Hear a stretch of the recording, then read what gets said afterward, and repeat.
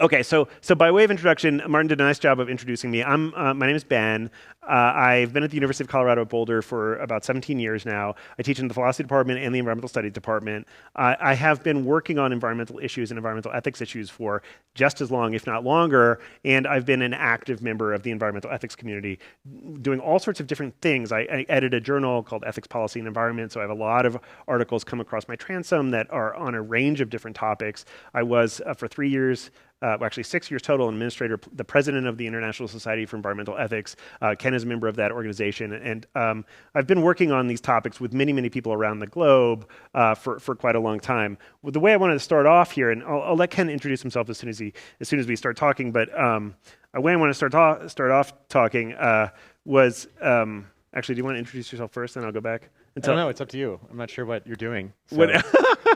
This is the danger of doing, yeah. So, I mean, I guess it probably goes without saying at this point. So Ben and I are pretty good friends too, so there may be a little harassment. But, well, I'm here, for starters, and I didn't realize it's going to be. So I'm Ken Shockley. I teach philosophy up at CSU, and I also teach in the graduate program of ecology, the School of Global Environmental Sustainability, and I run a remote program teaching in the mountain campus we have, which is just a spectacular opportunity to teach with zero technology. We just sort of walk in trails and have kids write and actually use pencils and paper, which some of them just haven't done forever. So I spent a lot of time trying to think of different forms of pedagogy and engagement, so I look forward to this kind of unique setting. What I do, I guess I've been at CSU for about 7 years, and before that I spent 13 at the University of Buffalo, and before that in New York City. And my work is usually as someone who looks at matters of policy and science and explores particular concepts and particular frameworks and wonders whether or not there's something about that framework or conceptualization that's leading to more problems than it's solving. So, for example, the term vulnerability shows up all over the place in the climate adaptation circles, but in that literature there are 2 or 3 different threads of vulnerability which push very hard against one another, and if we're not careful, the strategies we engage in to respond to climate change can push against one another. And we can just see that by saying in a single sentence, the vulnerable fisher person was compromised by the vulnerable fishery. But the way in which we stress vulnerability in the context of, say, a fishery involves systemic problems, and that for a person involves well-being. And we can solve one and sacrifice the other. And if we're not careful with the concepts, we end up sacrificing both. So anyway, I spend a lot of time worrying about matters of public policy and environmental context, and then doing a bunch of esoteric stuff in ethical theory and trying to make it apply to the real world as well. But a lot of what I do intersects with what Ben does by just thinking about how we get from some of the theoretical and reasoning features of philosophy and not just make those relevant, but show how they can actually enrich our not just academic, but our understanding of the world in which we live, and hopefully make ourselves fit better in this very uncomfortable world that we find ourselves in. So that's my long-winded introduction. I don't know where I'm supposed to end because... That's right. No, you did great. That's good? That's good. That's Thanks. A good lead-in. Right. Yeah, and so additionally, I guess I would add that it's not only the case that we're seeking to sort of apply philosophical ideas to sort of the world, but as Ken mentioned, but I think is worth drawing out, we do a sort of a branch of philosophy, sometimes called practical philosophy or practical ethics, meaning that what we look to do is extract ideas from the world, right, and try to find, confusing conceptual matters and dissect them or pick them apart. And tonight, I thought we would talk about wickedness, specifically with regard to like thorny ethical environmental issues. And we're going to do that in 2 senses. First, I just wanted to sort of introduce you to my book. I'm not selling this, by the way. I mean, you can get it on Amazon if you want, but I'm not here to sell it or pitch it. I just wanted to give you this first notion of wickedness that appears very much in the ethics literature, but also in the environmental literature. So I wrote this book about 7 or 8 years ago called The Wild and the Wicked on Nature and Human Nature. And basically, the subtitle used to be, as I mentioned, sometimes editors want to change the title of your work. It used to be Why You Don't Have to Love Nature to Be Green. The basic idea of the book is a pretty straightforward one, and that's that so much of the environmental discourse is sort of built around this idea that if we can just sort of demonstrate the value of nature or proclaim or identify what's valuable in nature, like say it's beautiful, or maybe it provides us with some important resource, or it does something for our lives to enrich us or something like that, that if we can just demonstrate that, then therefore like all ethical conclusions will follow just naturally, right? So if something's worth something in the world, if it's some object or something in the world that's worth something, then you have some kind of obligation or responsibility to protect it. And this book suggests maybe that reasoning is wrong, and it does it by way of pointing out that a lot of the time nature will harm us. It will kill us in some cases, right? Or get us sick, right? Or it'll throw curveballs our direction, maybe harming our pets, right? Or it'll frighten us, or it'll take away our home or something like that. We lost part of our home in the Boulder flood back in 2013. That's not what motivated this book, but that was, that's one of the ways in which, ways in which nature can sort of strike out against us. And it's important for the environmental community to acknowledge that as well. But acknowledging that, I try to argue in the book, it doesn't necessarily mean, and certainly shouldn't mean, that we thereby don't have a responsibility to protect nature, right, or to argue on behalf of the environment. So the bulk of the book is aimed at trying to carve a wedge between sort of natural events and human actions, specifically with an eye towards suggesting that there's something additional, like some kind of additional burden on us as human beings to justify our actions or to take responsibility for what we do. And that's not the same kind of burden that, say, like a bear might have. Bears don't have moral burdens or responsibilities in the same way that human beings do.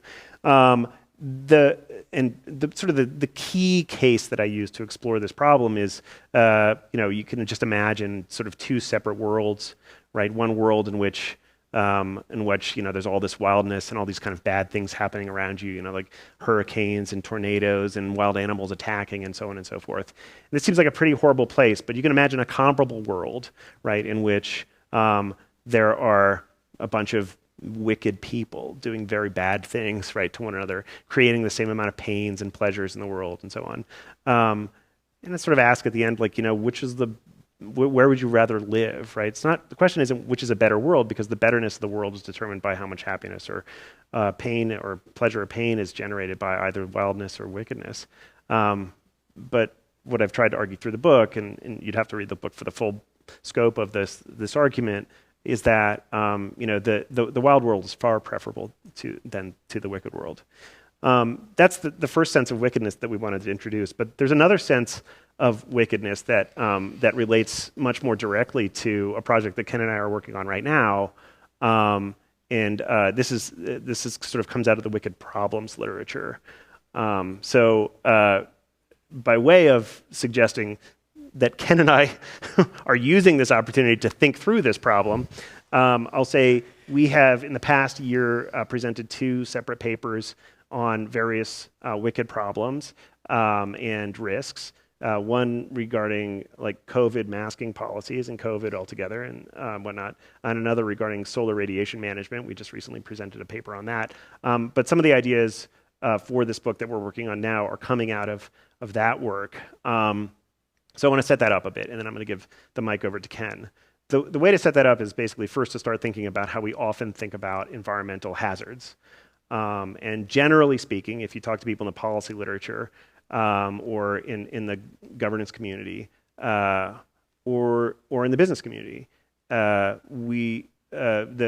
immediate inclination when talking about environmental hazards is to translate hazards over into risks language so that you can sort of make intelligent decisions about how to address whatever hazards might be out in the world. These include things like COVID, for one, climate change for another, but of course many more, much more sort of like close to home hazards as well, the hazards of flooding or fire or whatever else. And we think that this is first of all, it's useful, but that itself, that kind of decision theoretic approach to risk, is a problem. But it's even more problematic when we start looking at these much larger scale, much more complex problems that are sometimes called wicked problems. So Ken's going to introduce that idea, I think. Yeah. And then I'll I'll try to complicate the picture that Ken gives you, which will already be complicated. That's sort of our job. The philosophers, we have very few answers, but we really like to make very complicated questions. So the book project we're working on is really to, the jargony way is say problematize the risk framework that we generally, as a society, culture, and almost species at this point, approach a lot of our large-scale problems to look at it in terms of what kind of risks are there, what kind of outcomes can we worry about, how can we avoid it and mitigate our risk. And while intuitively that seems like a sensible way to go, after all, who wants to not avoid risky things?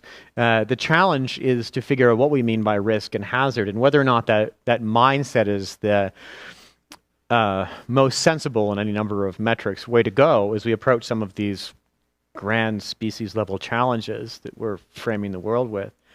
So Ben had the great idea of using his notion of wicked from the book he wrote to juxtapose the idea of wicked from wicked problems, because then the notion of wicked problem, as it comes through, comes out of a literature in the 1970s, and it was developed by some urban planners who are worried about things like that we're all worried about, that are particularly pertinent in this particular environment: poverty, natural resource allocation, school curriculum design, urban renewal, these massive planning problems that were, frankly, at the intersection of a whole series of sectors of society.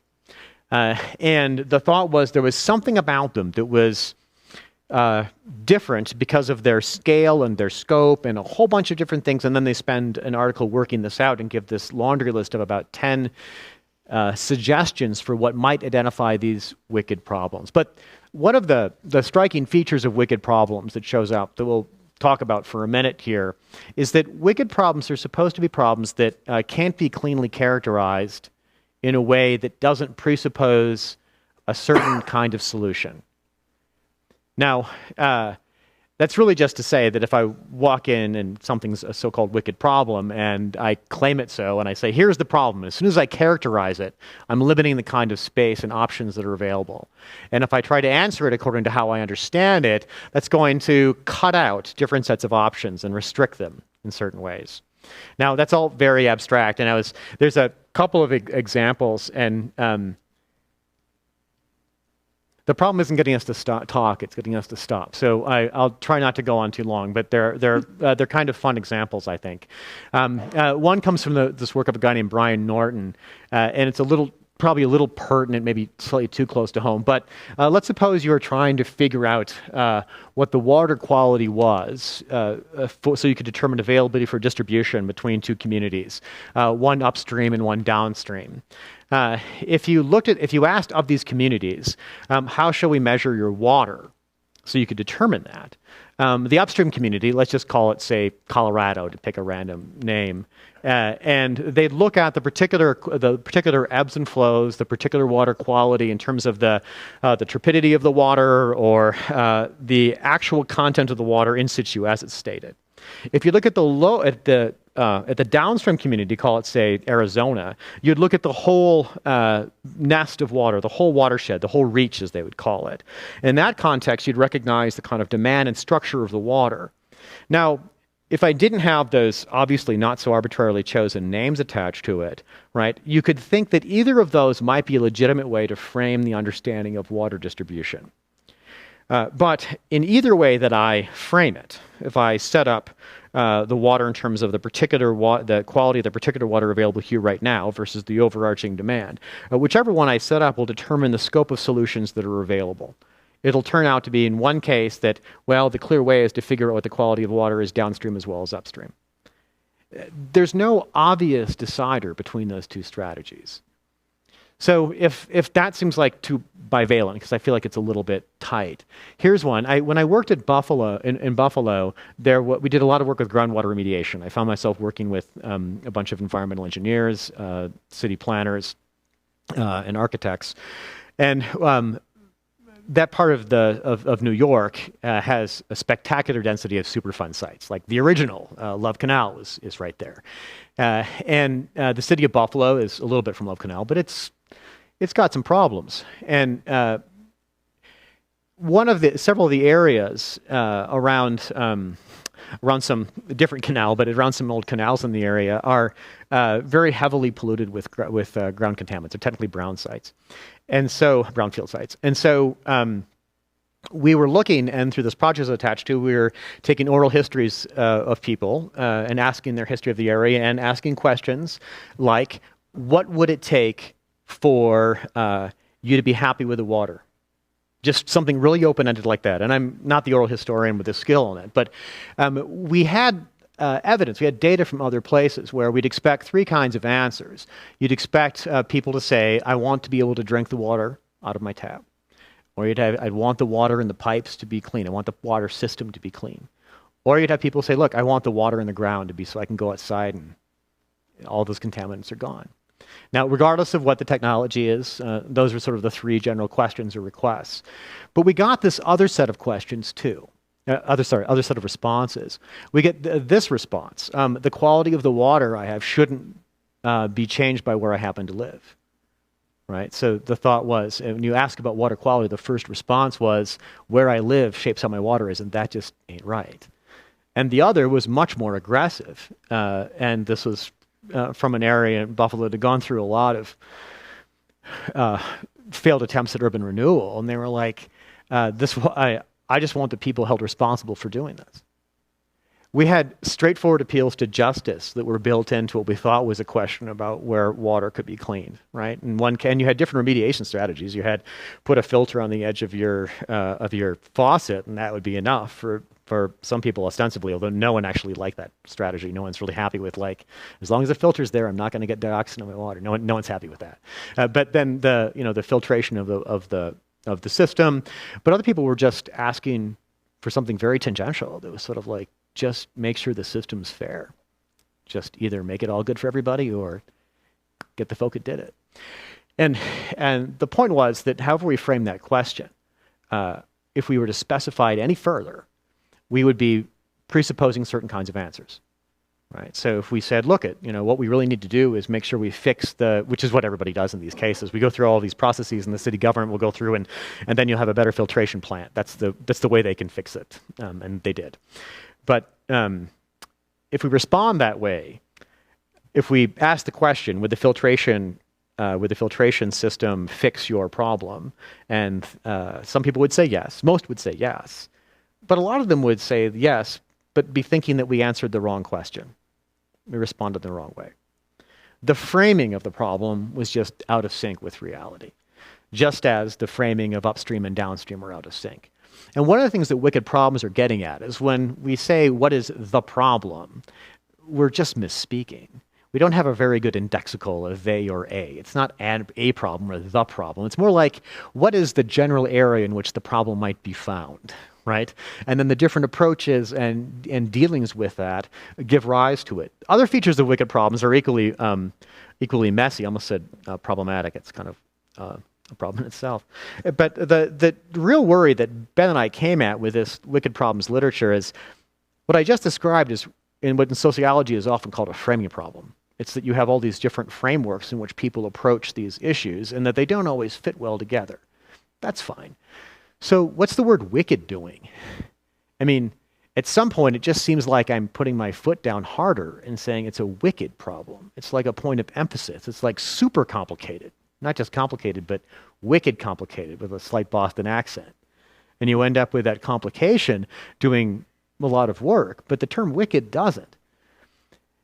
And so when we look through the wicked problems literature and think of how it applied to a lot of the cases we're worried about in climate change, it seems like a wicked problem, but at some point, we're just not sure if what we mean by that is just really, really hard, really complicated.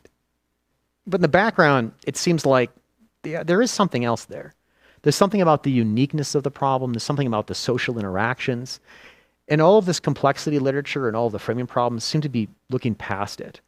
So another way you might go, you cut me off? Do you want me to cut you off? Nah, not yet. I'm happy to cut you off. Yeah. So another way you might go is instead of looking at things super complexly, in a complex manner, would be to would be to try to tease it out, certain commonalities, to try to recognize that the complexities here aren't something we're never dealing with before. And that's what actually drove Ben and I to a frenzy over the last talk we were working on, which was worries about modeling. Because what we might want to do is say, look, you're just dealing with groundwater in the Buffalo case. What you really need to do is have a really good model of the contaminants in the groundwater and public responses to contaminants, and a good model of the way in which city officials can model people's responses to the groundwater. And eventually you'll just be able to let the right answer fall out of a really well-designed model. It's super frustrating because it seems like, that old Simpsons, the monorail solution. You're just all right, if you just build the right piece of technology, the right model, the right thing, you just solve all of our problems. And it's offloading it to a model. It just doesn't seem very satisfactory. There are two ways to sort of point this, and I'll pass it back to Ben in a second to get to some of the meat of this, to what is really going on here.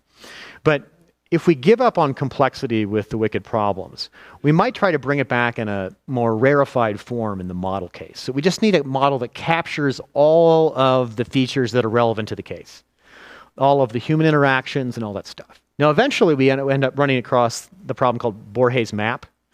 And Borges had this idea, if you run across it, where if you really want a good map, you just need to add more stuff to it, right? More detail, more features.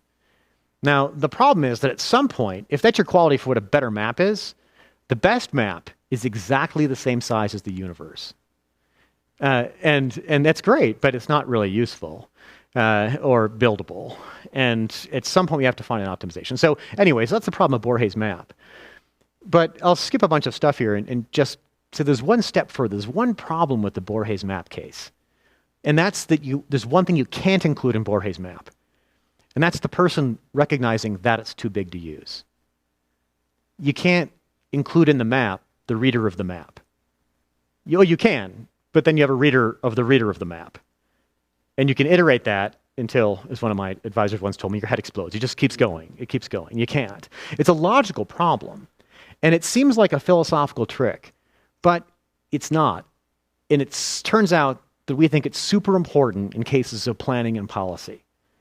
So we have a friend who, with her family, went to Yellowstone and happened to be there during the time. And I've never done this, and I just can't wait to see it. Where they have a bunch of miscreant bears that just can't get along with humans, which isn't their fault. I'm totally on the bear side on this, but they end up. It's very hard to get along with humans. Yeah, well, right. The bear jail. They're sort of in bear jail, and so they use them to test bear canisters and bear safety devices.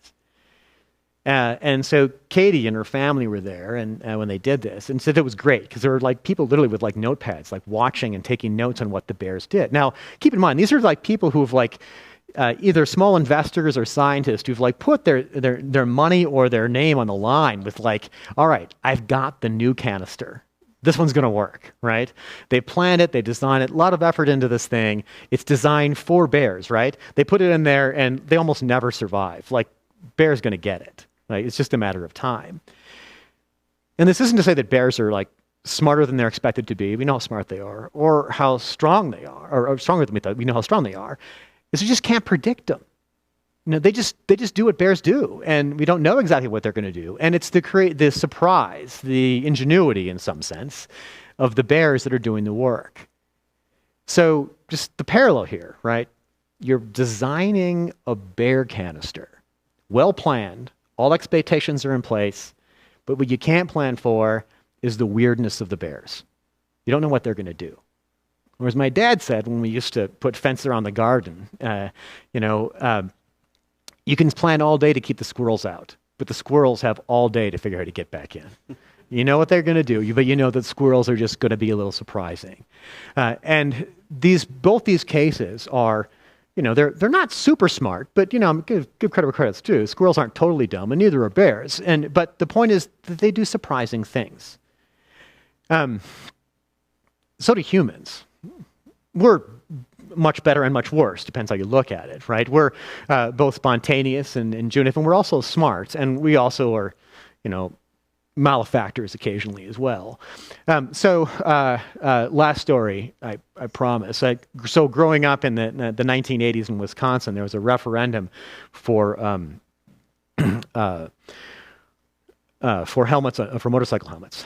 Like, it was the thought that you couldn't restrict, you can't cut into my freedom, you can't make people wear a helmet, and in Wisconsin, that was kind of a big deal in the 80s. And it happened to come through right at the right time. I was in high school, but I couldn't yet vote. So I had a lot of friends who had cycles and were pretty angry that, this is going to affect them and they, whatever.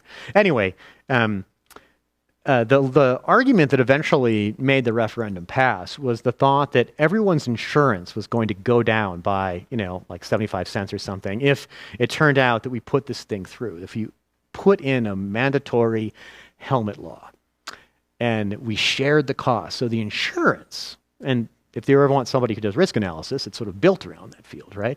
And they figure out that if everybody wears helmets, it'll be less likely for there to be expensive accidents. Okay, and so everyone's cheaper, everyone's happier. They modeled human behavior. They built an insurance plan. They went forward. And now here's the thing. I don't have any good data for this. But I do know friends, and I guarantee when they put helmets on, they drove a heck of a lot faster. You got data? When Australia put a national law on bicyclists wearing helmets, yeah, the accident rate went up dramatically because they all felt safe. Yeah. That's Yeah. a fact. No, that is a data point that I will borrow from you. Yeah. Perhaps without citing, but I will borrow it. No, that's perfect. Go ahead. I'm going to ask, I like how you expanded things out Yeah. and tried to get some context. But as a mathematician, I think of axioms, rules of deduction. Uh-huh. I'm going to go out to the whole universe. But you seem to have a human societal frame of unstated referential values. Uh-huh. Yep. Rather than something different, bigger. And if you consider all life on Earth, you say, okay, we can bound it with Earth because space is hard to get through. What's the it? Then you take all life on Earth Mm-hmm. and you say species may have equal value. Then you say, what do you do? And all these things about safe water for humans may become irrelevant. Let the humans all die off. Yeah. So we can get to an amazing flourishment. That's an interesting policy point, because if you were to engage such a policy, one of the things that we've worried about a lot is not just how a policy would be implemented, but say the reactions that other people or even processes would engage in on such a policy. So I'm going to go on a limb here and say that if we put in a let humans die off policy, the blowback would be substantial. No, it's just seriously. That's true. It is true, yeah. And they would develop other policies. Very relevant, but there's exactly one species that can exterminate all life in 30 minutes. Not all life, no, many. We can talk about that later. As a fellow recovering mathematician, there are some worries about that. So maybe I can jump in here a little bit and sort of expand out on this. I just want to kind of like bring this back around to what Ken was introducing there with this notion of both moral hazards and wicked problems. I mean, I think part of the motivation for our work on this is that we think we have maybe a better way of thinking about wicked problems, and one that maybe can shed some light on what to do about the various kinds of wicked problems that we face, or maybe make our policymakers a little bit more sure-footed with regard to how to respond to them. So I think the key observation that Ken did a nice job of laying out there is that for many policy issues, whether it be COVID or environmental issues or climate change or whatever, for many policy issues, we do economic issues and so on, we do rely very heavily on some kind of modeling, right? And these models are very often hyper simplified in an attempt to help us better understand what's going on, right? With human beings, with ecosystems, with global climate systems, or what have you.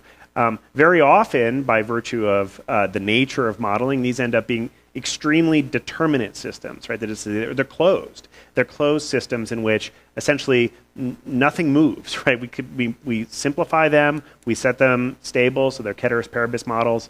Everything else being equal, we assume a couple of things, and then from there make determinations about how to proceed. But sort of our observation, we're not alone in this observation, but is that of course systems involving human beings, particularly many billions of human beings, are not determinate in the way that, say, physical systems are determinate. They have this feature of being indeterminate. And what do I mean by that? Well, it's complicated, but I'll do my best to spell it out for you however I can. I was turned on to this idea of indeterminacy, about 10 years ago, I suppose, when I read a book by Russell Hardin, who was a political theorist at NYU. For a time, he died 5 years ago or so. Pretty well-known game theorist, but basically, he thinks that indeterminacy is the central political question, the central question for political theory, and has been for the past 500 years or so. That's constantly swept under the rug. This is the way that he talks about it. I'm going to give you a couple of examples that hopefully will spell it out. But the basic idea is this: that despite all of our modeling efforts to try to sort of constrain the world, when we're dealing with many other multiple intervening agents, that is to say, other people who can take actions, they will take actions in many cases to undermine the modeling that we've just done.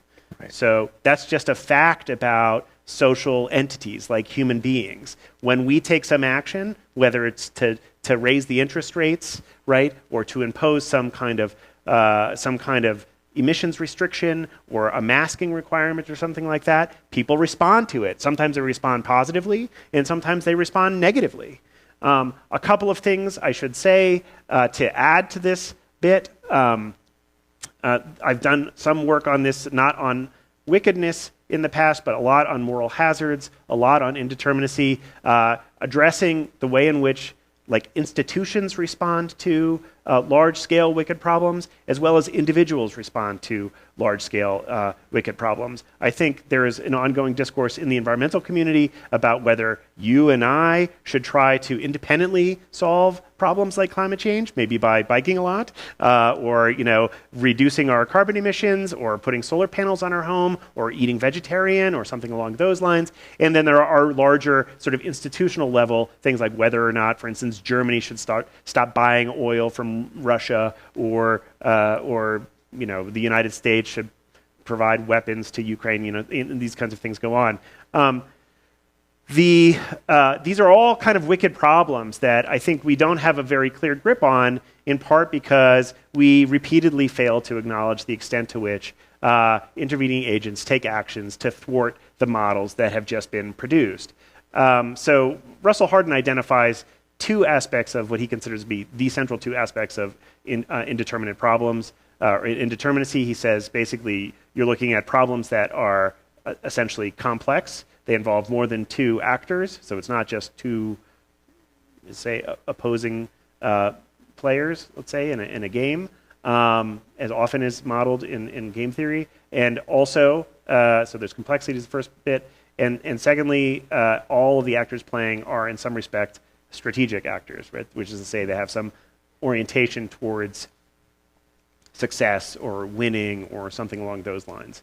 Ken and I want to expand out on that notion a touch more to suggest that not only is it the case that players or intervening agents in any of these complex scenarios are strategically motivated, but they sometimes are also acting according to a range of different kinds of values. So maybe this speaks to your point as well, right? Related to value.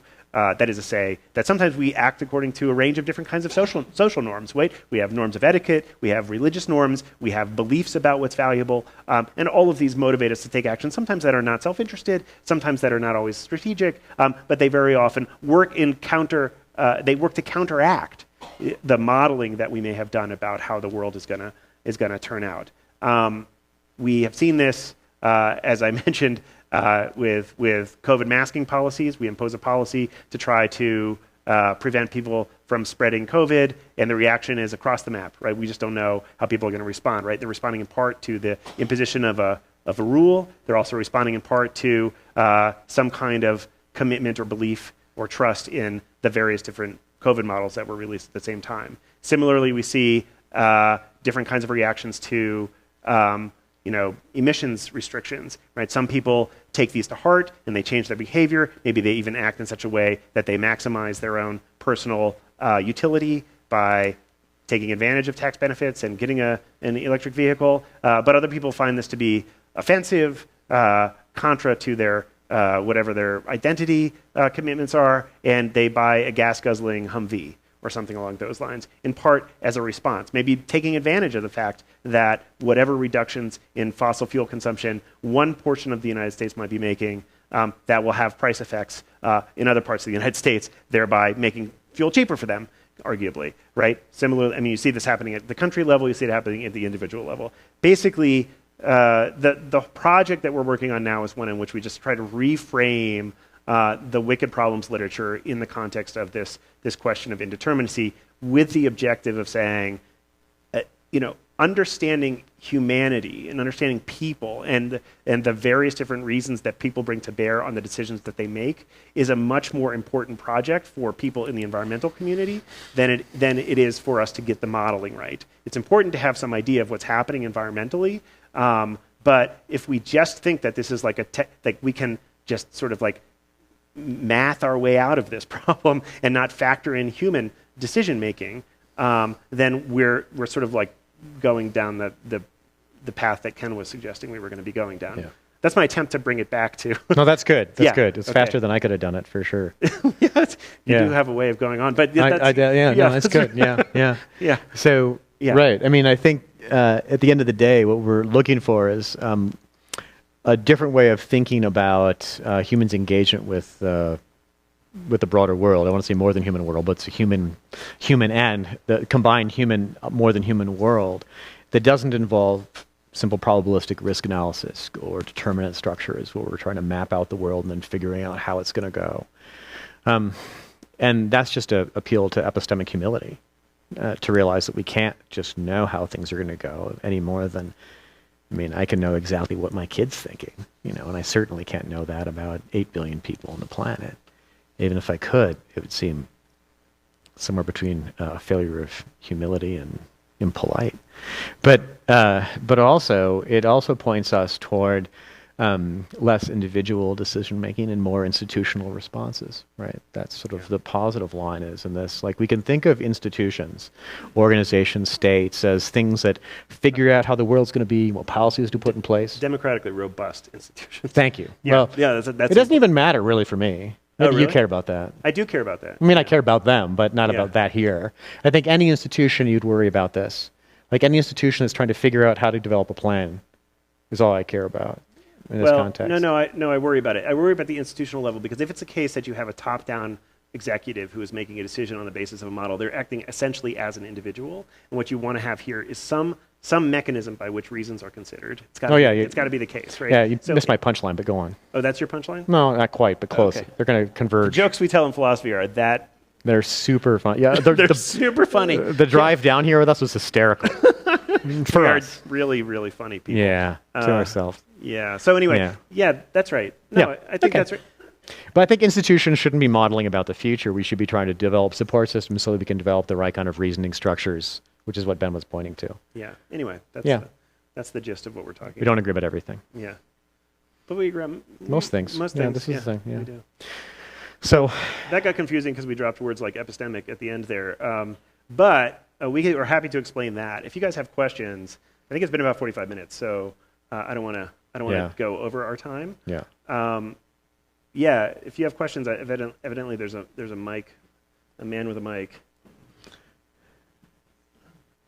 In the announcement, we also mentioned geo-engineering. Oh yeah, we'll talk about that. And I was hoping that you could touch on this before we go into the general questions, because that also brings back the that term of wickedness in the more colloquial All right. way. Yeah, let me just real quick talk about this. If you take 15 minutes on that, that would be fine with me, because that is something that we're all. Well, if you want 15 minutes, we can have Ken do it. No. Just kidding. I just get started. Just kidding. I can talk about, I think the underlying question was whether we should worry about the more than human world as well. Oh, this question here. Yeah, I can come back to that. You want to go back to that? Yeah, well, you first do the... Let me just quickly talk about geoengineering. Yeah. So I've written a lot on geoengineering myself. So Ken and I, just like 2 months ago, they gave a talk at Harvard. We were talking to a bunch of folks there who are kind of enthusiastic about the idea of manipulating the global thermostat. That is to say, they want to try to, inject a bunch of stratospheric aerosols into the stratosphere, sulfur dioxide, and I don't know, glitter. They have plans to do these kinds of things, and for them, this seems like a really like a stellar thought, right? That's not everybody there. Some people are quite critical of it. We've sort of fell in the more critical camp for a range of different reasons, but similar to the ones that we were articulating just now. The thought is, and their thought is something like this, like, okay, climate change is going to be pretty bad. It's going to be bad for lots of different critters on the planet. That's obvious, right? It's certainly not going to be good for flora because they can't escape, right? It gets too hot and they just wither. And for people, there are going to be a lot of downstream negative effects as well, like people living in coastal regions or people living in areas that are going to be deluged by changing weather patterns or cultural changes and whatnot. So we're sort of familiar with a lot of these problems. And you stack it all up, it starts to look extremely, extremely bad. And of course, it is important to deal with climate change. So none of what I'm about to say suggests that we should not try to address climate change. That we should. It's very important for us to deal with it. But at least one line of thinking is that the way to deal with this is by imposing some kind of engineering technology to just change the temperature of the planet. And of course, as we were suggesting, this is dependent upon, or this kind of reasoning is dependent upon a determinate model of the way in which the planet works, right? And all of the entities and things that live on the planet. This is not just plants and critters, but also human beings, right? Who have, all sorts of commitments on the planet, some of which are, monetary commitments, others of which are like sort of lifestyle commitments and familial investments and relations and so on. So, and there are, of course, within that community of people, there are also different states and nations that have different kind of state interests, and there are companies and industries that have different company and industry interests. So you have private interests, you have individual interests, you have state interests, all sort of acting on this kind of global stage. And some folks who think that because the gravity or the costs of climate change are going to be so severe that this thereby would authorize some group of people, let's just say some subset of people, to emit these aerosols into the stratosphere to thereby change the reflectivity of the Earth and presumably shift the global mean temperature. Lots and lots of problems with this, some of which are related to risk, some of which are related to uncertainty. But those aren't the problems that we were trying to focus on, right? What we were trying to focus on was the way in which the various different actors that I just mentioned, the individual actors, the state actors, the private actors, again, that's like industry and so on, will respond. And they will respond sometimes positively, for sure, but sometimes quite negatively, right?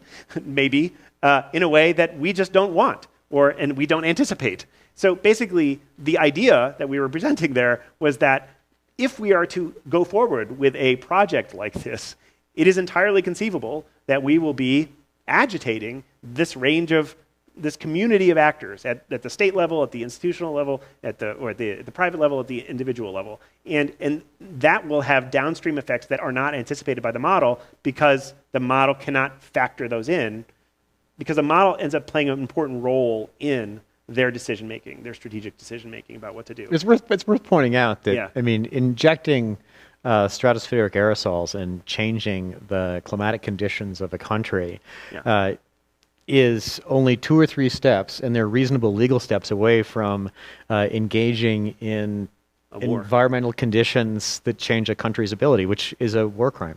Yeah. So it's not... It's not far-fetched and it's not hypothetical. If you go messing with the distribution agricultural systems of another country using technology with the intention of changing that technology, that is potentially a war crime. It's prohibited by NMOD, right? Right. Which we're a It's signatory. The United States is signatory to the NMOD treaty, the Environmental Modification Treaty. So yeah, from the standpoint of since Grotius, it's been a war crime to engage in. Like yes. damming water Yeah. for your neighbor's community turns out to be something that was a war crime. Yeah. And if Grotius was if the medievals are down on it, then you got a problem. You know it's bad. Yeah. Philosophy, some pedigree there. Philosophy humor is. Yeah, that's right. We're hysterical. Yeah, go ahead, good. please. Go ahead. Stop us. For God's sake, stop us. Yeah. So the question was, aren't we already engaged in geoengineering? Such that, every time we emit, we're geoengineering. And of course, if we engage in that line of reasoning, ever since Bill Kibben reminded us that this is the end of. Thank you. Did I say Kibben? Yeah, Mick Kibben. The end of nature. Well, nature's over. Everything's been touched by humans. I mean, there's a thin layer of cesium over the entire planet now, and so there's except even in the vents down below, which might survive a nuclear blast briefly. But but our point was that there's an intentionality that's involved in some sorts of changes and a chaos that might be involved. And that's a different kind of thing. The strategic responses that people engage in, that respond to it, that leads us to a different kind of structural response. And so the unintended actions we engage in, those give us a certain kind of change, and we do have an effect. But to have an effect is a bit different than to engage in the explicit intentional change of the climate. After all, if you accidentally drain water out of your neighbor's field, not wink wink accidental, but really accidental, right? That's the kind of thing that can be accommodated with an apology, a fix, and an undoing of the harm done. But if you go out of your way to prevent water and make some more substantial modifications with that as a sole purpose, it's a very different moral problem. And the responses are very different as well, both hydrologically as well as morally.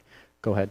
Yeah, no, I was just going to add that I think in a way it's also a category error to suggest that whatever we're doing when we go about our daily business, we're also in the business of geoengineering. So I think, you can make that kind of an argument, but I think first of all, it doesn't ring true to me, but I also think there's a way in which you can, it's important for us to understand that simply like driving back and forth to the grocery store, right, it does involve the emission of carbon, but that itself is not a geoengineering project that would inspire like a state to respond to us, and I think it would be fallacious to suggest that maybe not that single act, but the act of 300 million Americans driving back and forth to the grocery store does amount to a geoengineering project. That too just seems like a category mistake to me. You'd have to do a little bit of extra conceptual work to make that case. That the effects might be similar isn't enough to I think to say that they're both acts of geoengineering. So that would be my immediate response. Yeah. Thanks for a very interesting discussion so far, gentlemen. When I hear the words environmental philosophy, and I hear the word that you brought up, wickedness, part of the title of your book, Ben. Yeah. And I think in the whole scope of climate change issues, when we consider climate change deniers. Yeah. So let's just take one of our favorite punching bags, the Koch brothers. They're fun. So when I think of the field of philosophy, I think there's some attachment to religion. Okay, so here we are in a church. That's interesting. And so, yeah. I don't have that association, but it's interesting. Go ahead. So let's think about it just a little, and I'll form this into a question. So there are absolutes of right and wrong that every people in every culture have recognized, that human beings in general, thou shalt not kill, 10 Commandments. Mm-hmm. What would you two do you make of industrialists willingly and intentionally denying scientific facts about climate change? So I've become kind of militant about this, mm-hmm. and I say, do you know the difference between right and wrong? That is the question. Okay. I don't think you have to go to, sorry, I'm going to jump in. You want to jump in? I'm going to. Yeah, you jump in, I'll see if I can. So I don't think you have to go all the way to absolutes of moral right and wrong there. I think you just have to have a recognition of right or wrong. So I'm not sure where the religion side was going with the question. But yeah, I guess I'm proud to say I got my first academic death threat by agreeing and saying that that it was not a war crime, but a crime against humanity to engage in that kind of climate change denialism. It would be akin to somebody who's building a bridge, sort of ignore the science about bridge construction in the process of making something that was an exit for a city. So yeah, I think that it's an egregious moral malfeasance, and I don't think we have to have absolutes of right or wrong to recognize a limiting case here, where it's an inexcusable abuse of power and an inexcusable abuse of public platform. I don't know. I'm trying to say wrong with lots of explanation points, David. I just, I'm not going to say I don't believe that, the moral absolute line is productive in terms of, in most conversations, just because it puts a hard line in cases where I really care about the reasons. But I'm willing to say that there is no plausible set of reasons under any plausible set of moral conditions could give you anything like justification for engaging in that kind of behavior. So that's a lot of explanation points after. It's wrong. But I want to add something. So can I add?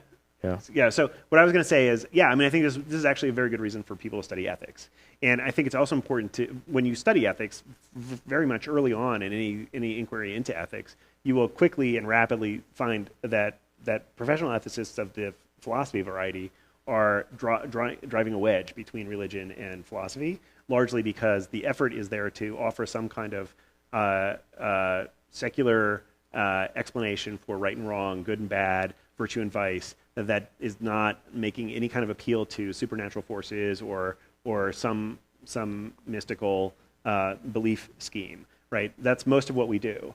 I think there is an important side note to this, which is that as the Enlightenment set in, as we moved forward over the past several hundred years, for a variety of reasons, a lot of people in the intellectual community in high society and so on avoided talking about ethical matters, in part because it was seen as a kind of a private affair. It was seen as a set of beliefs or religious views or whatever else. I think that's unfortunate, because I think we now more than ever need to be intelligent about talking about questions of right and wrong. And there actually are resources in philosophy and ethics to talk about right or wrong that can help to bridge divides with different populations of people who might not see eye to eye with you. On the industrialist, there are lots of different kinds of criticisms that could be lodged at that industrialist. Let's call it the hypothetical industrialist, because we don't know specifics about that particular view. But these kinds of questions are extremely complicated about their motivations, for one. I'm not excusing that kind of denialism, but denialism is like a broad category. It's a broad umbrella that covers a lot of different ground. And it's important not just to study ethics in philosophy, but also to study something like the philosophy of science. Because if you've listened to some of the responses, so for instance, one of the classes I teach at CU is a class called Philosophy of Climate Science, Skepticism, Denialism, and Scientism. And the idea there is look, there are lots of different kinds of justifications for subscribing to religious worldviews and scientific worldviews and whatever else, or whatever the science is. Lots of different reasons to be skeptical of scientific claims, whatever they may be. And the reasons that are offered, whether they stem from somebody who is skeptical, genuinely skeptical, or methodologically skeptical, or is in fact just a denialist, or a bullshit artist, or a strategically motivated actor, those kinds of considerations are also really important to be able to sort of bridge that divide. Some people are earnestly skeptical, right? And some of them are in industry. And it's important for us to find ways to communicate with that population too, because they may think, for a range of reasons, that whatever they are doing and whatever they're saying about the science is equally justified. And one last point here, something like, if you remember Bjorn Lomborg's book from 20 years ago, The Skeptical Environmentalist, a lot of that skepticism was a form of denialism in one respect, but Bjorn Lomborg, whose view I don't subscribe to, his position was essentially that many of our resources could be dedicated to helping lift people out of development problems, right? And that they would be better spent that way than addressing problems like climate change. That's also a moral stance, right? So the point being here, A, we need to study ethics, B, we need to study philosophy of science to make sense of these kinds of epistemic claims, these denialist claims, whatever they may be, and C, sometimes the denialist claims themselves are rooted in ethical positions like the one that you're accusing the industrialist of potentially not having or not having studied. So that's a three-point answer. Oh, okay. Yeah, I don't. Yeah. Yeah. Actually, can we go back to the audience here, or do you want to? No, it's all right. Ben and I will argue about it later. What? Is that my? No, I think there's an outcome issue. I think this is actually one of those cases that actually matters as much as the justification. If you're a public position and you're making an argument about a state of affairs, you're allowing the denial. That's what I took the position to be. And if that's the case, I don't deny that. Your window for justification for my different points of view is very narrow. It's true, but you still have to. At some point, you're like, culpable ignorance smothers any possible justification you can have. Yeah. And that's true for sure. Done. Right? If somebody's straight up lying, that's right. Yeah. Well, yeah. If they're straight up lying, that's certainly the case. But also, if they're, was he when he threw the snowball on the Senate floor? Was he lying? Right. Was he just or was he just an idiot? Anyway. Yeah. Hey, here's another question. Hi, my name's Don. My question goes back to your description of defining wicked problems, and that in the defining of the wicked problems, you end up constraining the solutions, I think is what you said. I've recently reread Thinking Fast and Slow, and it made me think that anchoring and framing issues that come up with just sort of human nature, I know it's a lot of game theory stuff, but, that's all right. But that there's a nexus between why you constrain your solutions when once you just talk about something, you almost automatically anchor it into a certain place, if that makes sense. There's just sort of this inherent anchoring in conversations. For example, if I said, what's a reasonable price to pay for carbon capture? And you said, I have no idea. And I said, well, what about, $15,000 a ton? Suddenly we're talking about numbers around $15,000 a ton. Anyway, I just think that brain science, and also to the other question, The Righteous Mind by Haidt. Jonathan Haidt. It has relevance here because I think there's a lot of human nature buried in what you're finding, and maybe that's just inherent to it because it's humans are involved, but what do you think about that? Is there brain science to bring to bear here? I think there's a lot of work in social psychology on the relationship between framing problems, and I think that there'd be a strong resistance to use words like human nature or essential features and stuff like that. But there's certainly linguistic and cultural pressures that feed into conceptual predilections. So I thought Ben was going to win because I talk about linguistics sometimes and he gets worked up. But I think that the framing problems are certainly complicated more than by the concept as if we're taken as an atom. It's certainly the case that the way in which you and I understand something like, say, the rational decision would look a whole lot different than the way that very term, or translated to Latin, might show up 1,000 years ago. Right, and so the cultural framing mechanisms are huge. They might end up being very specific. It might be like these moment-to-moment flash, this fast and slow stuff that might turn out to be the case. That if somewhere in the conversation, this is going to get in the weeds. I'll stop fast. But like the oral historians I worked, when we looked at the justice questions in Buffalo, half of their job is to find ways to minimize the fixing of decisions like that. So if somewhere in an earlier question you make reference to the word right, even if it turns out to be a homophone, and then it turns out that later in the questions, like right answer, questions of justice have a tendency to show up more often. So trying to weed that out and figure out what kinds of responses people are not being biased toward, if I have my negatives right there, is a huge issue. So I guess this is a long-winded way to say, yeah, I think there's something to that. I don't think it changes the way in which we're not happy with wicked problems as a foundational framework for understanding some of these worries. I think it just points to the way in which wicked problems are either, it's the wicked part of wicked problem is either an empty appeal or an appeal to all problems being somewhat wicked, right? Because what you've just pointed to is how all of our decisions are probably framed some way or another in ways that are very hard to know beforehand. I've got a question. I'm wondering if you could provide us with 2 or 3 examples of moral hazard. Yes. Thank you. I can. It's definitely you. That's definitely me. Yeah. So that's a weird. So I one of my first great successes in philosophy was to write an article. First, this is an amazing story. But the moral hazard has been around for a long time. Sort of emerged in the economics literature years ago.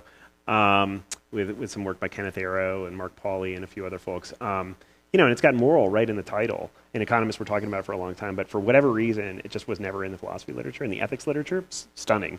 And I have a background in public policy, and so I was like, I wrote an article called "What's So Moral About the Moral Hazard?" basically raising that question, right?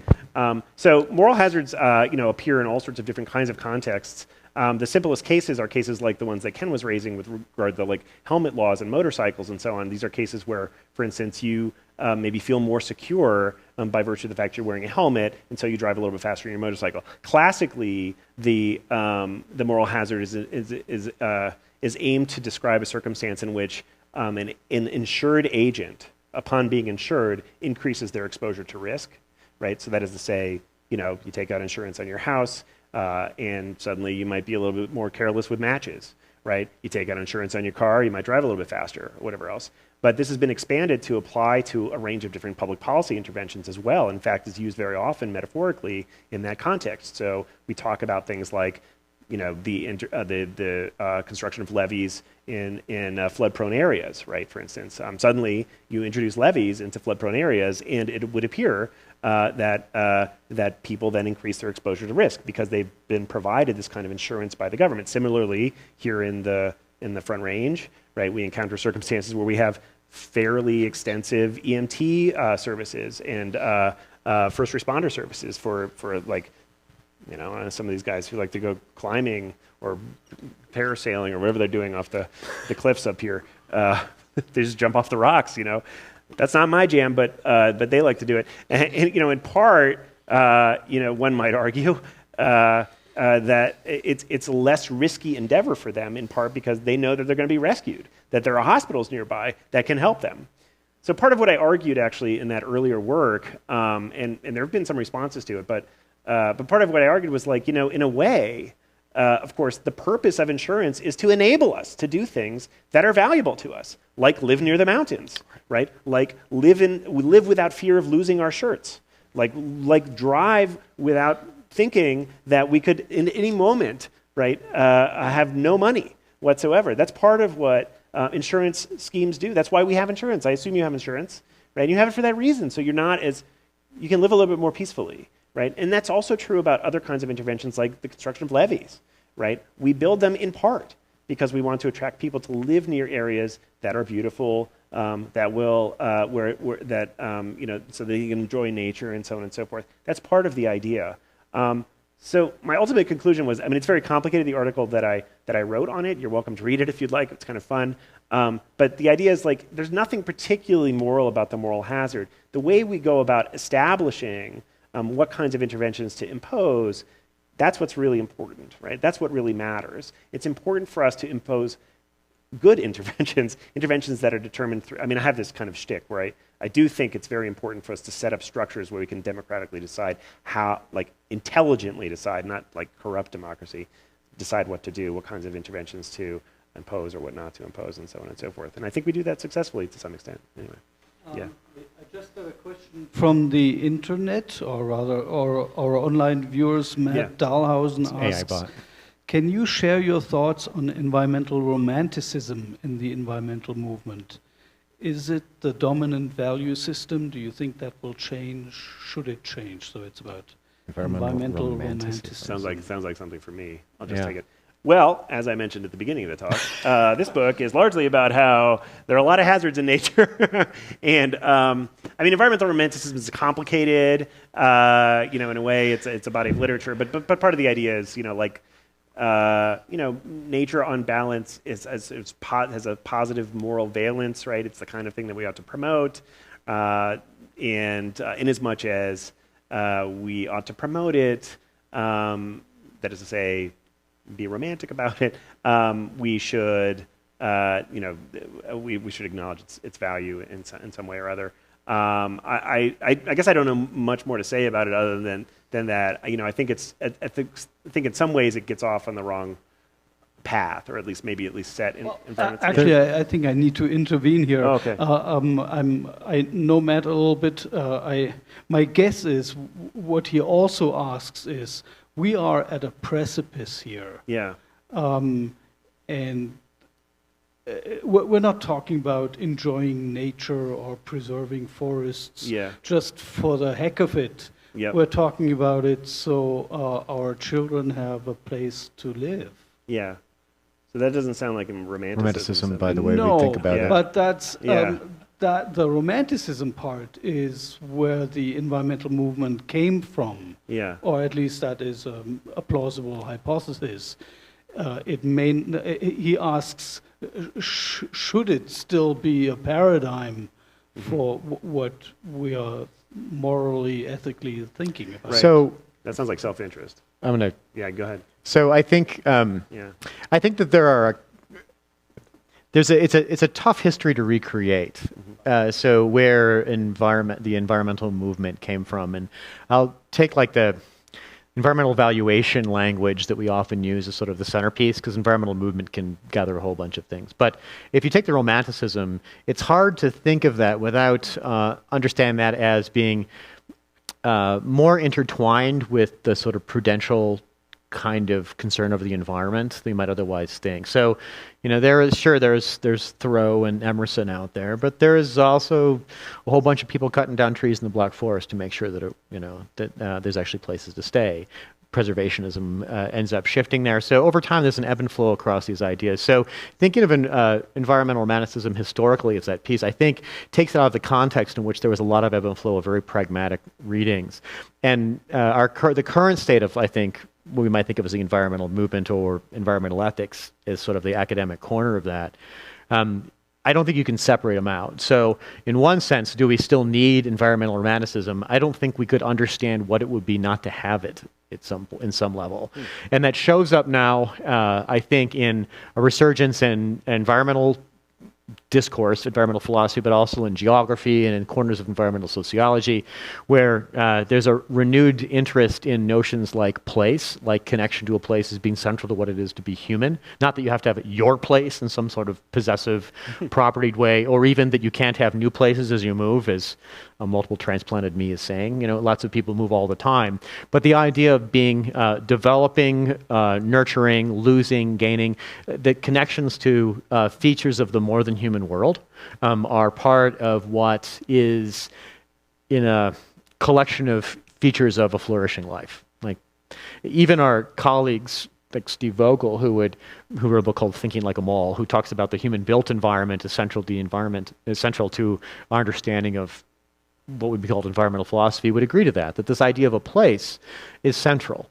And I think that in the background of there is something like this romanticism, and that captures the importance of tying, and again, this is from working with architects and engineers over the years, like the idea that there's functionality and there's the aesthetic connection of that functionality, and part of what the human condition is, to speak grandiosely, is that. So I don't think your friend Matthew, is it?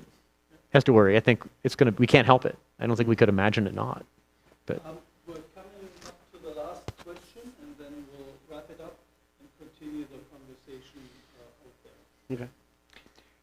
Thinking about the COPs and most of the publicity around working toward climate change, it's about groups, nations, corporations, entities other than individuals. Sure, yeah. And it doesn't have the word responsibility built into it, like personal responsibility, which gets into the sense of ethics. What I try to do when I'm talking is go into personal responsibility, and carbon footprint is a simple measure, but we need a culture change to get that to happen, because coming down from a international UN-based COP into national numbers, that doesn't translate to you either drive your Humvee or you ride your bike or you do shoes. So do you see hope for a culture of personal responsibility? I have some responses to that. So a couple of real quick things. I think on the COPs, the conference of parties for the UNF3C, which occur every year. Ken has been to a number of them. I've been to a number of them. Periodically, philosophers show up there. Those are really interesting, like amazing institutional arrangements. They are just really exciting. There's a lot of stuff happening, a lot of discussion, a lot of discourse. It's not always clear what's happening, and a lot of people have walked away year on year very upset with the outcome. But every time I've gone, I felt somewhat invigorated, in part because of the discourse that's happening sort of on the side. Right. So there's side events where there's a lot of discussion. I will say also, though, that almost every time I've gone, I've left feeling like, boy, it sure would be great if people would agree on some notion of justice, or like, because these kinds of ethical issues are in play all the time in those discussions on the side events. But it's not clear that many of the actors themselves are like ultimately like that they have a theory of justice, for instance, even though that's their motivating principle, whatever that might be. And there are lots of different theories of justice that really could be brought to bear on some of these climate issues. And that's what people in our field are working on, questions related to the theory of justice. But it's high level kind of theoretical stuff. As for an individual responsibility, I think I am a little bit skeptical of, I mean, the development of a culture would be great, but I'm skeptical of efforts to individualize responsibility. And so the idea here is that in many cases, so much of our sort of like a state level or national level focus has been dissected and fragmented into individual responsibilities. I think in many ways, the stress on individual responsibility, as American as it is, has, I think, taken our eye off the ball. We've sort of lost collective capacity and strength to try to address these global scale problems. And one thing that I've said in multiple talks in the past, and I think this still holds true, is that if I were the CEO of Exxon, or if I were, the head of a major extractive industry, or whatever, and I had to choose what policy or what approach like a given country was going to take, the one I would choose would be the one that was promoting individual responsibility over state action of some sort, because it's much easier for me to manage, right, as a CEO. So that that's at least food for thought. That sounds like a good way to connect later on when we go for the munchies in the South Commons. One last thing I was thinking about when Dave brought in the religion framework. I was thinking about a book I'm reading right now, The Petroleum Papers by Geoff Dembicki. And he talks a lot about the tar sands movement. And one of the emphases he's taking is that he notes how closely this was all weaved into a theological frame. And I mean, it's nothing new, but it's interesting when religious fervor and capitalism merge. And that's it for tonight. Thank you very much, Ken and Ben.